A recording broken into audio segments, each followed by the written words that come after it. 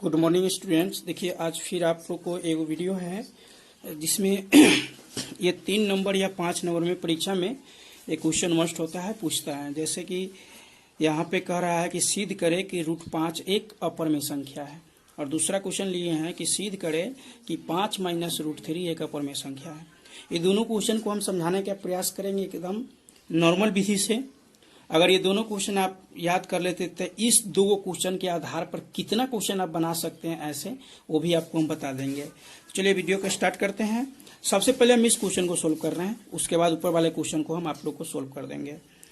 जब भी ऐसा सवाल दिया रहेगा कि सिद्ध करे कि √5 सिद्ध करे कि 5 माइनस √3 एक अपर में संख्या है, तो यहाँ पे क्या करना है आप लोगों को बनाने के लिए, हल तो आपको लिखना ही पड़ेगा।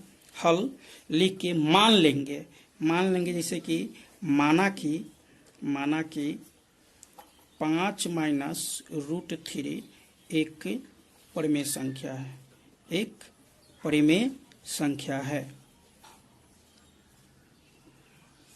परिमेय संख्या है। ये मानना पड़ेगा हर हालत में, चाहे हमारी अवधारणा है चाहे हम इसको कल्पना किए हैं कि 5 माइनस √3 एक परिमेय संख्या है। उसके बाद अगले स्टेप में क्या बढ़ना है, देखिए बहुत बच्चा या छोड़ देते हैं बीच में। जब भी अगर बराबर बीच में चलेगा तो पीछे या का चिन्ह देना जरूरी हो जाता है। यहाँ पर क्या करेंगे, 5 माइनस √3 बराबर p/q ये लेंगे।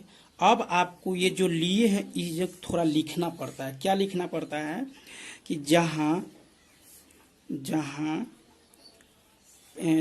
p और q एक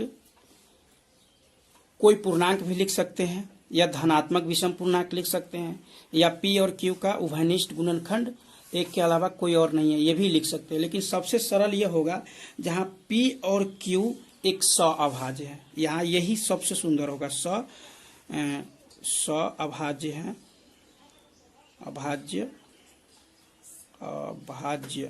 सअभाज्य है। देखिए हर टीचर यहाँ पे अलग अलग चीज लिख देते हैं, इसका अर्थ ये नहीं कि उनका गलत हो जाता है, वो भी सही है, लेकिन आप लिखिएगा सअभाज्य है। अच्छा, सअभाज्य का मतलब क्या होता है, जिसका मसा का मान 1 आनी चाहिए। दो को अगर कोई संख्या लिया गया है और दोनों के अगर मसा किया जाता है तो उसका मान 1 आता है, तो वो संख्या सअभाज्य संख्या कहलाता है। तो यहाँ p और q संख्या लिया गया है, तो लिखेंगे p, q घेर के HCF बराबर 1, और वह यहाँ ठीक रहेगा, वह Q बराबर नहीं होगा 0। अगर बट्टा के नीचे अगर 0 लग गया है वो परिमेय संख्या नहीं होगा, इसलिए Q बराबर नहीं होगा 0। इतना लिखना एकदम जरूरी होता है। और इसी में नहीं, इसके जैसा हम चेंज करेंगे इस सवाल को। अब यहाँ पे क्या कर देना है, पक्षांतर करने पर मतलब हमें हर हालत में रूट वाले के एक तरफ करना है, अब बिना रूट वाले के एक तरफ करते हैं। तो यहाँ देखिए √3 को उठा के वो बगल ले जाएंगे तो प्लस √3 हो जाए, क्योंकि माइनस तो रखना नहीं है। और p बाई क्यू को उठा के ये भरे ले आते हैं, तो यानी कि 5 माइनस p/q अब बराबर उधर जाएगा तो क्या हो जाएगा, √3। अब देखिए ये संख्या आपका परिमेय हुआ और ये क्या हुआ, अपर में है। अब यहाँ पे लिखेंगे पक्षांतर करने पर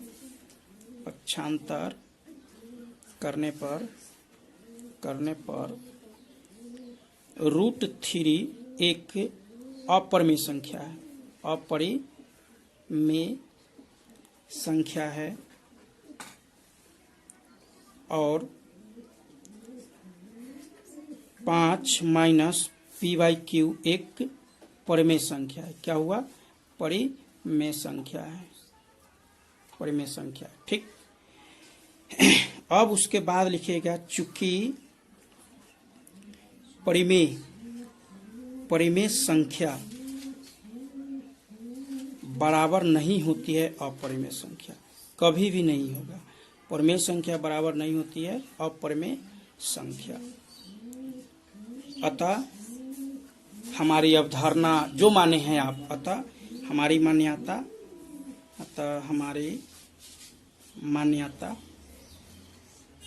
गलत थी और 5 माइनस √3 एक अपरिमेय संख्या है, अपरिमेय संख्या है। देखिए इसके जगह पर आपको ये जो लिखा गया है ये हर क्वेश्चन में ऐसा वाला में लिखना होगा, और इतना तो हर क्वेश्चन में लिखना एकदम जरूरी ही है। इसके जगह पर मान लीजिए आपको कैसे दे देगा, यहाँ कहेगा कि सिद्ध करे कि 2√3 एक अपरिमेय संख्या है, तो पक्षांतर कर रहे, ये सवाल आपका यहाँ तक बन गया। लेकिन ये अलग अलग सवाल में जिसमें ये सब लिखना पड़ेगा वो बता देते हैं। तो p/q लिखिएगा। आपको पता है कि एक तरफ हर हालत में क्या होनी चाहिए, रूट वाला, एक तरफ बिना रूट वाला करना है हर हालत में। तो इसके अगर बट्टा में करते हैं तो क्या होगा, p बराबर इसके गुना होगा तो 2√3q। अगर हम यहाँ पे रूट वाला q वाला कर लेते हैं तो p/2q बराबर √3 होगा। अब यहाँ लिख देना है क्या, ये परिमेय संख्या, ये परिमेय संख्या, अतः परिमेय संख्या बराबर नहीं होता है परिमेय संख्या। इस क्वेश्चन में हो गया। मान लीजिए आपको यहाँ पे कुछ भी दे दें 1/, अगर √2 का है परिमेय संख्या सिद्ध करने के लिए, तो भाई इसके बराबर क्या करना है, p/q कर देना है। इसको करेंगे तो क्या होगा, q और बराबर √2p, तो यानी कि q/p बराबर क्या हो जाएगा, √2 हो जाएगा। अभी परिमेय संख्या और ये परिमेय संख्या। ऐसे एक दो और सवाल आपको यहाँ पे कर सकता है। देखिए इसके आधार पर खाली पक्षांतर कर देना है, एक तरफ हर हालत में रूट वाले को लाना है और एक तरफ हर हालत में बिना रूट वाले के उठाना है। अब बिना रूट वाले के उठा के यहाँ पे लिखना है, पक्षांतर करने पर √3 अपरिमेय। पक्षांतर मतलब क्या है, अपने अपने पक्ष में परिमेय संख्या, √3 अपरिमेय संख्या और ये परिमेय संख्या है। चूंकि लेके परिमेय संख्या बराबर नहीं होती अपरिमेय संख्या। ये नियम आपको किस किस सवाल में पूछ, ये नियम से आप बना सकते हैं, जैसे कि 5 - √2, 4√3, 6√2, 2 + √2, 6 + 2√2, ऐसा कुछ रहेगा।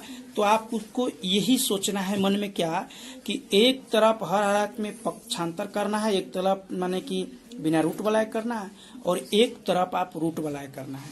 तो ये दूसरा नंबर जो क्वेश्चन है थोड़ा हल्का है, इस आधार से आप इस क्वेश्चन को बना सकते हैं। लेकिन पहला नंबर क्वेश्चन है ये थोड़ा हार्ड है। जैसे इसके जगह पर √5 को अगर हम सिद्ध करेंगे तो आप इसके जगह पर √2 भी, जैसे √5 होगा वैसे √2, वैसे √3, वैसे √5, वैसे √7, वैसे √11, वैसे √p, ये सब एक तरीका अलग है, उस तरीका पर होगा। और सिर्फ संख्या जो रहेगा वो बैठा देना है। तो हम वो भी क्वेश्चन को आप लोग को सिद्ध कर देते हैं। चलिए देखिए यहाँ पे आप वही लिख सकते हैं, फिर हल लिखना है, आपको हल लिखना है। और अच्छा से, बहुत बच्चा होता है जो घौंज मुझ लिख देता, नहीं, आपको एक पेज इस सवाल को बनाना पड़ता है, बनाइएगा तभी आपको मिलेगा आंसर, नहीं तो नहीं मिलेगा। देखिए क्या लिखेंगे, फिर वही माना कि √5 एक परिमेय संख्या, क्या है, परिमेय संख्या। माना कि √5 एक क्या है, परिमेय संख्या है, इतना मान लेंगे। फिर यहाँ पे यह का चिन्ह देके √5 अब बराबर यहाँ पे p/q मानेंगे। हाँ, इसको आप a/b भी मान सकते हैं, x/y भी मान सकते हैं।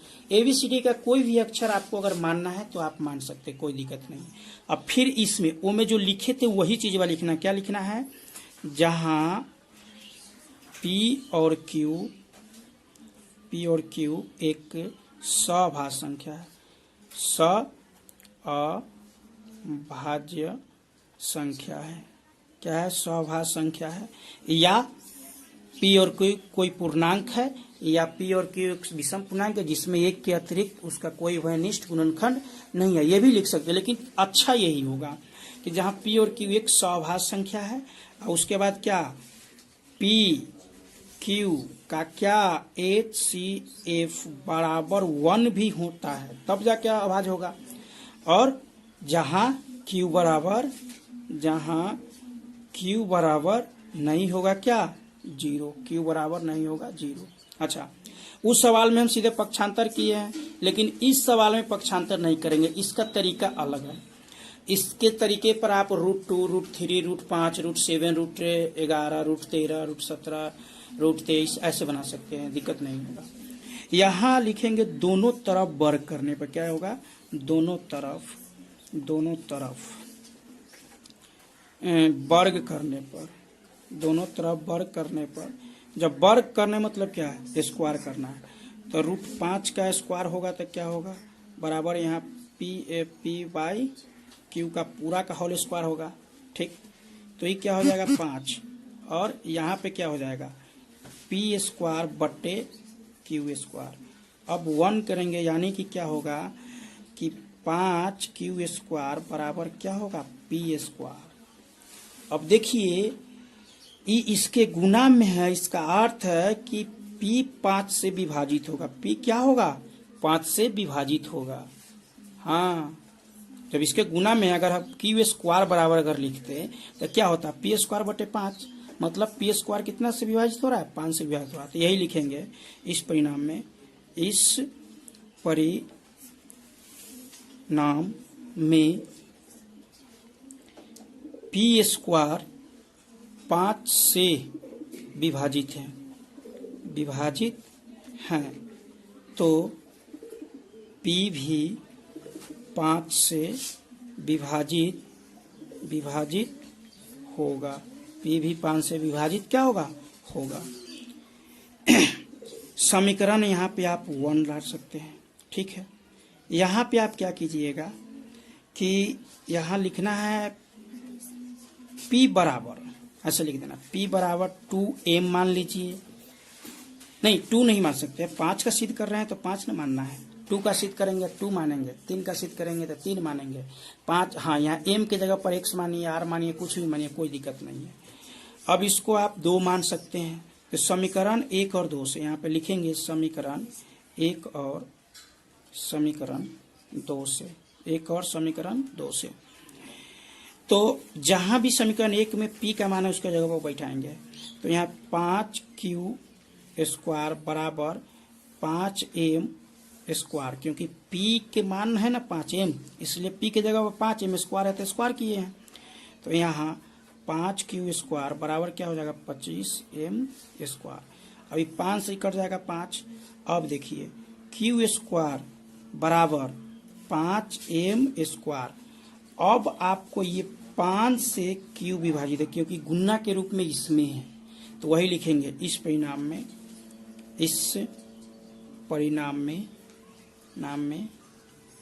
Q² 5 से विभाजित है, Q² 5 से विभाजित है, विभाजित है मतलब कट जा रहा है, विभाजित है, तो Q भी 5 से विभाजित होगा, 5 से विभाजित होगा।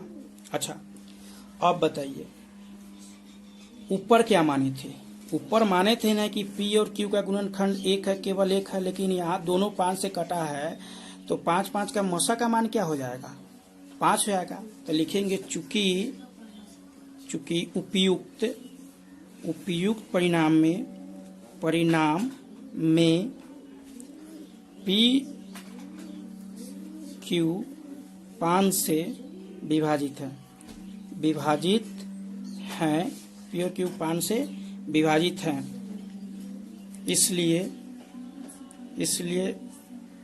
P और Q का मस्सा यानी HCF बराबर 5 होगा, जो हमारी मान्यता के विपरीत है। मान्यता के जो हमारी क्या है, मान्यता के विपरीत है, हमारी मान्यता के विपरीत है। इतना लिख के तब लिखना है, अतः हमारी मान्यता गलत थी या गलत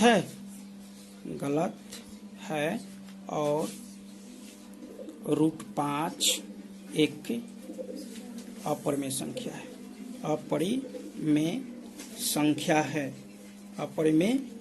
है।